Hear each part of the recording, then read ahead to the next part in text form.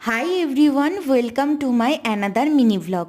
আগের ভিডিওতে তোমরা দেখেছো আমি আমার বান্ধবী আর ওর বোন আমরা তিনজন মিলে গেছিলাম বাবুঘাটে সন্ধে আরতি দেখতে। সন্ধে আরতি দেখা হয়ে গেলে আমরা ওখানে ফটো তুললাম, ফটো তুলে চলে আসলাম ধর্মতলার কেসি দাসে। ওখান থেকে আমরা লস্যি খেয়ে চলে আসলাম শিয়ালদাতে। সেই দিন খুব গরম পড়েছিল, সেজন্য আমরা আর আদার্স কিছু খাইনি, আমাদের ঠান্ডা খেতেই ইচ্ছা করছিল। তো ধর্মতলা থেকে শিয়ালদাতে আসলাম, শিয়ালদা থেকে ট্রেনে উঠলাম। ওরা বসেছিল আর আমি দাঁড়িয়েছিলাম, কারণ ওরা নামবে ব্যারাকপুর আর আমি বিধাননগরে নেমে যাব।